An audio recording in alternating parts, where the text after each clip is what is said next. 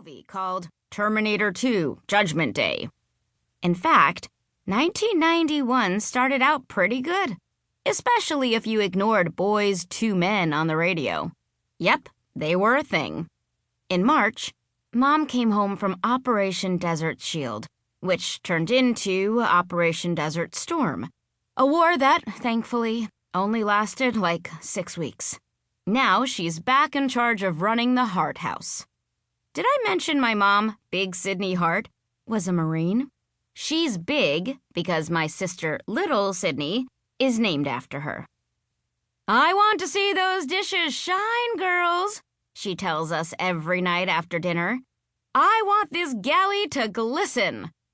"Aye, aye," we all say. "Hoo-ah," says Mom. Emma, the youngest, who we used to call the little boss, is now the little echo. She tells us to do whatever Mom just told us to do. "Put some elbow grease into it, girls." "Put some grease on your elbows, girls." Things are humming along at school, too. Yours truly hasn't had a detention since I played Snoopy in the fall musical. You're a good man, Charlie Brown. If you knew me at all, you knew that me not having detention was a miracle. I also did the spring show, You Can't Take It With You. It was a comedy, yay, and I played Essie Carmichael, a kooky candy maker who dreams of being a ballerina, even though she's a terrible dancer. I was hysterical, girls. Your mother always was, and always will be, a terrible dancer. Terrible can be funny, especially if it's ballet. So now it's June, and life is pretty sweet. Mom's home, safe and sound. School's almost over. I'm looking forward to a fun-in-the-sun Jersey Shore summer. The beach, the boardwalk, Bill Phillips. Yes, he still has those crazy, gorgeous hazel eyes, and I still have a kind of sort of crush on him. Hey, I'm 12 going on 13. It's summer. It happens. My big plans when school's out?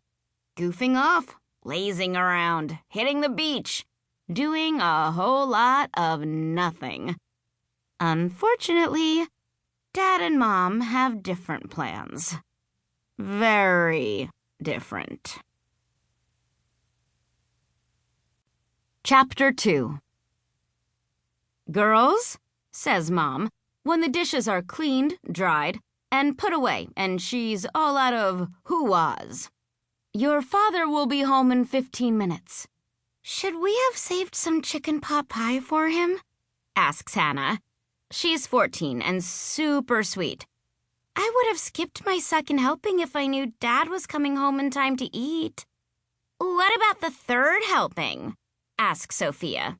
She's 18 and the second oldest, or, as she likes to put it, the oldest sister still living at home.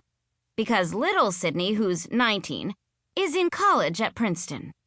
Hannah and Sophia are both kind of boy crazy, and sometimes they're both crazy about the same boy at the same time.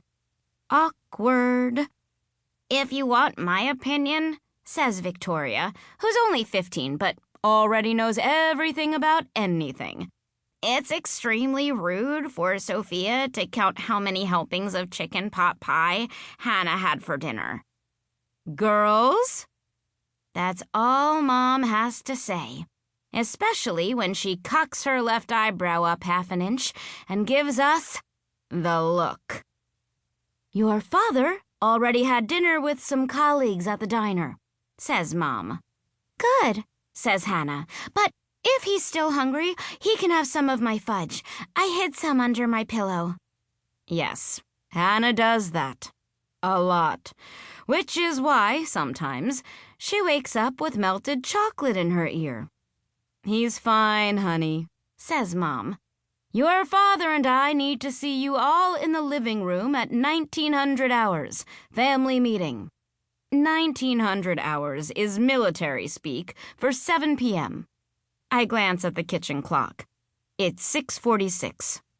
"Between now and then," says Mom, "finish your homework." Dismissed.